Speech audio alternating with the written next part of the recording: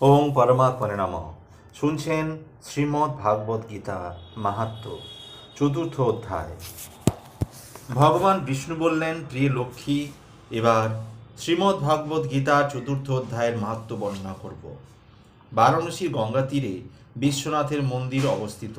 সেখানে ভরত নামে এক সাধু বাস করতেন। পরম ভক্তির সঙ্গে তিনি প্রতিদিন শ্রীমদ্ ভাগবত গীতার চতুর্থ অধ্যায় পাঠ করতেন। পূর্বে ভরত যখন তীর্থযাত্রার পরিভ্রমণ করছিলেন, তখন তিনি তপোবন শহরে ভগবান শ্রীকৃষ্ণের বিগ্রহ দর্শন করতে যান। শহর ত্যাগ করার সময় দুটি বেল গাছ দেখতে পেলেন। সেই গাছের ছায়ায় বিশ্রাম করার মানসে তিনি একটি গাছের মূলকে বালিশ করে অন্য গাছের মূলের উপর পা রেখে শুয়ে পড়লেন। ভরতের এই স্থান ত্যাগ করার পর দুইটি গাছই শুকাতে শুরু করলো। 5-6 দিনের মধ্যে সম্পূর্ণ শুকিয়ে মারা গেল। যে মহান দুটি আত্মা এই গাছ দুটিতে বাস করত, এক ধার্মিক ব্রাহ্মণের কন্যারূপে জন্ম দিল। তখন 17 বছর বয়সে পা দিল, তারা বারাণসীতে তীর্থযাত্রায় গিয়েছিল। বারাণসীতে ভ্রমণ করতে করতে সহস্রাদের মহামুনি ভরতের সঙ্গে দেখা হয়ে গেল। ভরতকে দেখার সঙ্গে সঙ্গে তার পায়ে পড়ে মধুর বচনে বলতে লাগলো, হে মহারাজ ভরত, আপনার কৃপাতেই আমরা বৃক্ষরূপ থেকে মুক্তি পেয়েছি। মহারাজ ভরত তাদের কথা শুনে বিস্ময়ে অভিভূত হয়ে গেলেন। তিনি তাদের জিজ্ঞাসা করলেন, হে প্রিয় কন্যারা, কোথায় এবং কখন আমি তোমাদের সংস্পর্শে এসেছিলাম এবং তোমাদের বৃক্ষরূপ থেকে মুক্তি দিয়েছিলাম? কিভাবে বৃক্ষরূপ প্রাপ্তি হয়েছিল দয়া করে তা জানাও, কারণ সে সম্বন্ধে কিছু জানি না। প্রথমে কন্যাদ্বয় তাদের বৃক্ষরূপ প্রাপ্তির কথা ভরত মহারাজকে বললেন। একজন বলল, মহারাজ, গোদাবরী নদী তীরে চিহ্নপাপ নামে একটি পবিত্র স্থান আছে। সেখানে সচতপা নামে এক ঋষি বাস করতেন। মহান ও কঠোর কৃচ্ছ সাধন করছিলেন তিনি। গ্রীষ্মকালে অনেকগুলি অগ্নিকুণ্ডের মাঝখানে বসতেন, শীতকালে শীতল নদীতে দাঁড়িয়ে থাকতেন। কালক্রমে তিনি সম্পূর্ণরূপে বিশুদ্ধ হন, ইন্দ্রিয় দমনে সম্পূর্ণ সক্ষম হন। এইভাবে ধীরে ধীরে তার লীলা পুরুষোত্তম ভগবান শ্রীকৃষ্ণের শ্রী পাদপদ্ম লাভ করেন। পিতামহ ব্রহ্মা প্রতিদিন ঋষি সচতপার দর্শনে যেতেন, কৃষ্ণ সেবা সম্বন্ধে তাকে প্রশ্ন করতেন। ইত্যবসরে সচতপা ঋষির তপস্যা দেখে দেবরাজ চিন্তিত হলেন। ইন্দ্র তিনি ভাবলেন, একদিন সচতপা তাকে তার স্বর্গের রাজপথ থেকে উচ্ছেদ করবেন। ইন্দ্র তখন আমাদের দুজনকে ডেকে পাঠালেন। যেই জন্মে তাদের ইন্দ্রের রাজসভার আমরা অপ্সরা ছিলাম। ইন্দ্র বললেন, যাও, আমার রাজত্ব থেকে উৎখাত করার আগে সচতপা মুনির পতন ঘটাও। গোদাবরী নদীর তীরে সচতপা মুনি যেখানে কঠোর তপস্যা করছিলেন, ইন্দ্রের নির্দেশ পেয়ে আমরা সেখানে গিয়ে হাজির হলাম। মুনির খুব ঘনিষ্ঠ হয়ে উদ্দীপক নৃত্যগীত আরম্ভ করলাম। উদ্দেশ্য আমাদের সঙ্গে যাতে তার যৌন সম্পর্ক গড়ে ওঠে। নৃত্যরত অবস্থাতেই আমাদের গাত্রবা শিথিল হয়ে খসে পড়ল, আমাদের কুচো যুগল অনাবৃত হলো। মুনি তখন হাতে জল দিয়ে আমাদের অভিসম্পাত করলেন, যা, তোরা দুজনেই গঙ্গা তীরে বেল গাছ হয়ে দাঁড়িয়ে থাক। অভিশাপ বাক্য শুনে আমরা মুনির চরণে নিপতিত হয়ে ক্ষমা প্রার্থনা করলাম। বুঝিয়ে বললাম, দেবরাজ ইন্দ্রের আজ্ঞাবাহী বা দাসী বই আমরা কিছু নই। আমাদের আত্মসমর্পিত করার ভাব দেখে মণিবর তুষ্ট হলেন। ভরত মহারাজের সংস্পর্শে না আসা পর্যন্ত আমাদের গাছ হয়ে থাকতে হবে বললেন। আমরা পূর্বজন্মের কথা স্মরণ করে সক্ষম হব বলে তিনি আমাদের আশীর্বাদও করলেন। হে পরম প্রিয় ভরত মহারাজ, আমরা যখন গাছ হয়ে গঙ্গা তীরে দাঁড়িয়েছিলাম, একদিন আপনি তপোবন ভ্রমণকালে আমাদের নিচে বিশ্রাম করেছিলেন। আপনি শ্রীমদ্ ভগবত গীতা চতুর্থ অধ্যায় পাঠ করেছিলেন। তাই আপনার পাঠ শুনে আমরা বৃক্ষজীবন থেকে মুক্ত হয়ে ভক্ত পরিবারে জন্মগ্রহণ করেছি, আর এই জড় জগতের সকল ভোগবাসনাও হারিয়ে ফেলেছি। ভগবান বিষ্ণু বললেন, প্রিয়তমা লক্ষ্মী, এই দুই কন্যা ভরত মহারাজের কাছে তাদের আত্মজীবন কাহিনী বর্ণনা করায় তিনি খুব সন্তুষ্ট হয়ে তার আশ্রমে ফিরে গেলেন।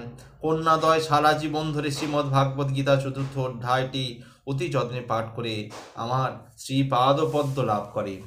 পঞ্চম অধ্যায়।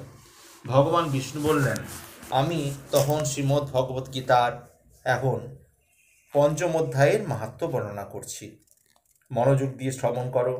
মদ্রদেশে পুরু উৎসাপুর নামে এক নগর ছিল। পিঙ্গল নামে এক ব্রাহ্মণ সেখানে বাস করত। বাল্যকালে তাকে বিভিন্ন প্রকার ব্রাহ্মণ্য ক্রিয়াকলাপ এবং বেদ শিক্ষা দেওয়া হয়। কিন্তু অধ্যয়নে তার কোনোই আগ্রহ ছিল না। যৌবনে পদার্পণ করে সে ব্রাহ্মণের বৃত্তি পরিত্যাগ করে যন্ত্র নৃত্য গীত শিক্ষা শুরু করে। ধীরে ধীরে সে সকল বিদ্যায় সে এত বিখ্যাত হলো, স্বয়ং রাজা তার প্রাসাদে বাস করার জন্য তাকে আমন্ত্রণ জানালেন।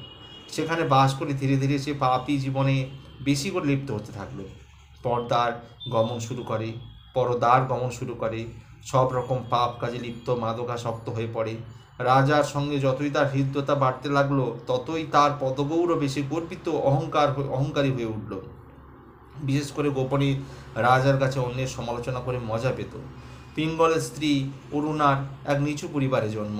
সে ছিল খুবই কামুকী, বহু পুরুষের সঙ্গ উপভোগ করতে আসক্তা। তার স্বামী যখন তার কার্যকলাপ জেনে ফেলে, সে তখন স্বামীকে হত্যা করতে মনস্থ করে। একদিন অধিক রাত্রিতে স্বামীর মুন্ড কেটে ধড়টিকে বাগানে পুঁতে ফেলে। মৃত্যুর পর পিঙ্গল গভীর নরকে পতিত হয়। অনেক কাল যাতনা করার পর ভোগের পর সে শকুন হয়ে জন্মায়। তারপর অরুণা বহু পুরুষের সঙ্গে স্বেচ্ছায় বিহার করে যৌন রোগের শিকার হয়। অচিরেই সে তার যৌবনবতী দেহটি কুষ্ঠে কদাকার আকর্ষণহীন হয়ে পড়ে। মৃত্যুর পর তার নরকে গতি হয়। সেখানে সে দীর্ঘকাল নরক যন্ত্রণা ভোগের পর একটি স্ত্রী তোতা পাখির রূপ প্রাপ্ত হয়। একদিন পাখিটি খাবার খুঁজে বেড়াচ্ছিল। ইত্যাবসরে শকুনটি পূর্বজন্মে যে পিঙ্গল ছিল, তোতাটিকে দেখে গত জন্মের কথা মনে পড়ে গেল। সে বুঝতে পারলো এটিই তার স্ত্রী ছিল। সে তার ধারালো চঞ্চু দ্বারা পাখিটাকে আঘাত করলো। তোতা পাখিটি একটা মানুষের মাথার খুঁড়িতে জমে থাকা জলের মধ্যে মরে গেল। তখন একজন শিকারী এসে শকুনটিকে শরবিদ্ধ করলো। শকুনটি পড়ে গেল, মুন্ডটিও ওই খুলির জলে পড়ল। শকুনটিও মরে গেল। এরপর যমদূতেরা এসে যমপুরীতে নিয়ে গেল। তাদের অতীতের পাপী জীবনের কথা স্মরণ করে তারা খুবই ভীত হলো। যমরাজের সামনে হাজির হওয়ার পর যমরাজ বললেন, এখন তোমরা সর্বপাপ মুক্ত হয়েছ, তাই তোমরা বৈকুণ্ঠে যেতে পারো। পিঙ্গল আর অরুণা যমরাজকে জিজ্ঞাসা করল, তাদের মতো এত পাপী কি করে বৈকুণ্ঠে যাবার অধিকার পেল? মহারাজ যম উত্তর দিলেন, গঙ্গার তীরে ভাট নামে ভগবান বিষ্ণুর এক ভক্ত বাস করতেন। তিনি ছিলেন কাম লালসা শূন্য ও লীনলোভ। তিনি প্রতিদিন ভগবদ্গীতার পঞ্চম অধ্যায় পাঠ করতেন। তার মৃত্যুর পর তিনি সরাসরি বৈকুণ্ঠে গমন করেন। প্রতিদিন ভগবদ্গীতার পঞ্চম অধ্যায় পাঠ করার ফলে তার দেহ সম্পূর্ণ শুদ্ধ হয়। ঘটনাক্রমে তোমরা তার মাথার খুলির সংস্পর্শে আসার ফলে তোমাদেরও বৈকুণ্ঠ প্রাপ্তি হলো। এটাই শ্রীমদ্ ভাগবদ্গীতার পঞ্চম অধ্যায়ের মাহাত্ম্য। ভগবান বিষ্ণু বলেন, প্রিয় লক্ষ্মী, যমরাজের কাছে ভগবদ্গীতার মাহাত্ম্য শ্রবণ করার পর আমরা খুবই আনন্দের সঙ্গে পুষ্পক রথে আরোহণ করে বৈকুণ্ঠে উপনীত হলাম। শ্রীমদ্ ভাগবদ্গীতার পঞ্চম অধ্যায় যে শ্রবণ করবে, যত পাপই হোক, বৈকুণ্ঠে প্রাপ্তি হবে তার। ষষ্ঠ অধ্যায়। ভগবান বিষ্ণু বললেন, এখন আমি তোমাকে শ্রীমদ্ ভাগবদ্গীতার ষষ্ঠ অধ্যায়ের মাহাত্ম্যের কথা বলবো। এই অধ্যায়ের বর্ণনা যে শ্রবণ করবে, সেই জড়জগৎ থেকে উদ্ধার পাবে। গোদাবরী তীরে প্রতিষ্ঠানপুর বা পৈথান নামে এক সুন্দর শহর আছে। সেখানে আমি পিপ্পলেশ নামে বিখ্যাত। এই শহরে জনশ্রুতি নামে এক রাজা ছিলেন। তিনি অত্যন্ত গুণের অধিকারী ছিলেন, তাই লোকেরা তাকে খুব ভালোবাসত। প্রতিদিন যাগ যজ্ঞ করতেন। তার সেই বিশাল ঐশ্বর্যপূর্ণ যজ্ঞের ধোঁয়া স্বর্গের নন্দনকাননে পৌঁছে কল্পবৃক্ষের পাতাগুলিকে কালো করে দিত। গাছগুলি যেন রাজা জনশ্রুতিকে শ্রদ্ধা নিবেদন করতে হাজির হতো। রাজার ধর্মীয় কার্যাবলীর জন্য প্রতিষ্ঠানপুরে সর্বদা দেবদেবীরা অবস্থান করতেন। রাজা জনশ্রুতি মেঘের বাড়ি বর্ষণের মতো দান কর্ম করতেন। তার বিশুদ্ধ ধর্মকর্মের জন্য সর্বদা সঠিক সময়ে বর্ষণ হতো। শস্যক্ষেত্র সর্বদা ফসলে পরিপূর্ণ। শস্যহানি ইত্যাদি দুর্বিপাক ছিল না। জনগণের মঙ্গলের জন্য তিনি নিয়মিত কূপ ও পুষ্করিণী খনন করতেন। দেব ও দেবীগণ জনশ্রুতির ওপর অতীব সন্তুষ্ট হয় এবং হংসরূপ ধরে তাকে আশীর্বাদ করতে তার প্রাসাদে গেলেন। পরপর সারিবদ্ধ হয়ে পরপর কথাবার্তা বলতে বলতে তারা আকাশে উঠছিলেন। ভদ্রস্ব নামে হংসটি অন্য দুই একটি হংসের সঙ্গে আগে আগে যাচ্ছিলেন। তখন অন্য হংসেরা ভদ্রস্বকে ডেকে বললেন, ভাই, ভদ্রস্য, কেন তুমি আগে আগে উঠছো? তুমি কি মহান রাজা জনশ্রুতিকে তোমার সামনে উপস্থিত দেখতে পাচ্ছ না? এত ক্ষমতাবান রাজা যে তিনি সে ইচ্ছা করলে তিনি তার শত্রুদের পুড়িয়ে মারতে পারতেন। অন্য হংসদের কথা শুনে ভদ্রস্য হেসে বললেন, হ্যাঁ ভাই সব, এই জনশ্রুতির রাজা কি রৈক্য মুনির মতো শক্তিশালী? রাজহংসের কথা শুনে রাজা তৎক্ষণাৎ তার উচ্চ প্রাসাদ শীর্ষ থেকে নেমে এসে সিংহাসনে বসলেন। তারপর তিনি তার রথের সারথি গিয়ে মহকে ডেকে পাঠিয়ে সেই মহামুনি রৈপকে খুঁজে বার করতে নির্দেশ দিলেন। রাজার নির্দেশ পেয়ে মহ খুব আনন্দের সঙ্গে রৈক্যকে খুঁজতে তৎক্ষণাৎ বেরিয়ে পড়ল। প্রথমে সে সকল প্রাণীর মঙ্গলকারী প্রভু বিশ্বনাথের বাসস্থান কাশীপুরীতে গেল। তারপর গেল গয়াধামে। এখানে সকল প্রাণী জন্ম মৃত্যুর বন্ধন মুক্তিতে সকল মোক্ষ লাভ কমলাক্ষ ভগবান গদাধর বাস করেন। তাকে এখন তীর্থস্থান ভ্রমণের পর মোহ এসে মথুরায় পৌঁছালো। স্থানটি সকল পাপ বিনাশে সক্ষম। এই স্থানে পরমেশ্বর ভগবান শ্রীকৃষ্ণ বাস করেন। সকল মহামুনি দেবদেবীগণ বেদ এবং অন্যান্য শাস্ত্রগণ তাদের মূর্তিমান স্বরূপ তপস্যা করেন এবং পরমেশ্বর ভগবান শ্রীকৃষ্ণের সেবা সম্পাদন করেন। অর্ধচন্দ্রাকৃতি মথুরা নগরী ভক্তিপ্রদায়িনী মনোরমা যমুনা নদীর তীরে অবস্থিত। এতদঞ্চলের সদৃশ্য গোবর্ধনগিরি এক বৃহদাকার রত্নখচিত রাজমুকুটের মতো মথুরা মণ্ডলের ঔজ্জ্বল্য মহিমা দান করেছে। পবিত্র বৃক্ষ ও লতাগুল্মের দ্বারা স্থানটি পরিবেষ্টিত। মথুরা চতুষ্পার্শ্বে 12টি অপূর্ব অরণ্যে ভগবান কৃষ্ণ তার মধুর লীলা বিলাস করেন। মথুরা ত্যাগের পর মহ পশ্চিম দিক উত্তর দিক ভ্রমণ করে।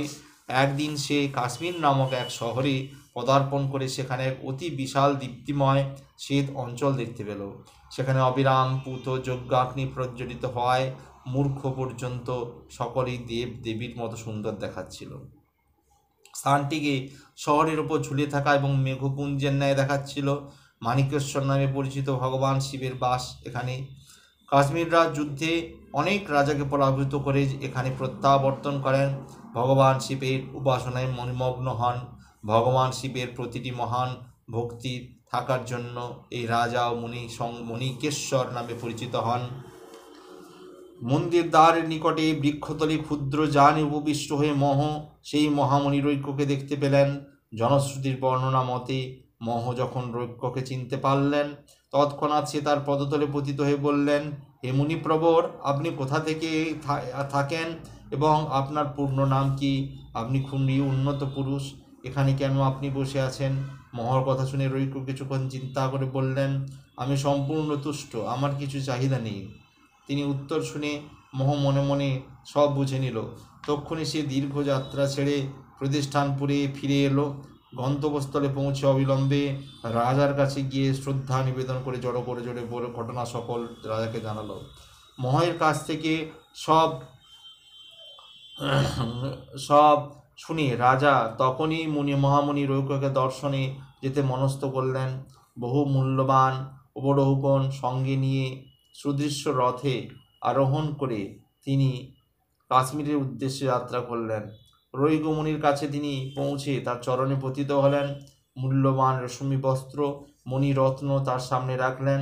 মহামুনি রৈক্য এতে ক্রোধান্বিত হয়ে বললেন, হে মূর্খ রাজা, এইসব তুচ্ছ বস্তু তোমার রথে তুলো, এখান থেকে চলে যাও। পরম ভক্তি সহকারে রাজা তার পায়ে পড়ে অনুনয় বিনয় করে ক্ষমা করুণা ভিক্ষা করলেন। রাজা বললেন, মুনিবর, কিভাবে আপনি তপস্যার এত উচ্চ মার্গে পৌঁছালেন, ভগবত ভক্তি লাভ করলেন? রাজার আনুগত্যের ভাব লক্ষ্য করে প্রতিতুষ্ট হয়ে রৈক্য উত্তর দিলেন, প্রতিদিন আমি শ্রীমদ্ ভাগবত গীতা 6ষ্ঠ অধ্যায় পাঠ করি। তারপর রাজা জনশ্রুতি রৈক্যের মুখে শ্রীমদ্ ভাগবত গীতা 6ষ্ঠ অধ্যায়ের পাঠ শুনলেন। তারপর থেকে রাজা প্রতিদিন 6ষ্ঠ অধ্যায়ের পাঠে নিমগ্ন হলেন। যথাসময়ে পুষ্পক হ্রদ এসে তাকে বৈকুণ্ঠে নিয়ে গেল। মহামুনি রৈক্য প্রতিদিন শ্রীমদ্ ভাগবত গীতা 6ষ্ঠ অধ্যায়ের পাঠ চালিয়ে যেতে লাগলেন। তারপর প্রতিদিন তিনি বৈকুণ্ঠ ধামেও গমন করলেন। একদিন সেখানে তিনি পুরুষোত্তম ভগবান বিষ্ণুর শ্রীপাদ ও পদ্মের সেবা নিযুক্ত হলেন। শ্রীমদ্ ভগবত গীতার 6ষ্ঠ অধ্যায় তিনি পাঠ করেন। অচিরেই তিনি ভগবান বিষ্ণুর চরণ কমল প্রাপ্ত হবেন, এ বিষয়ে কোনো সন্দেহের অবকাশ নাই।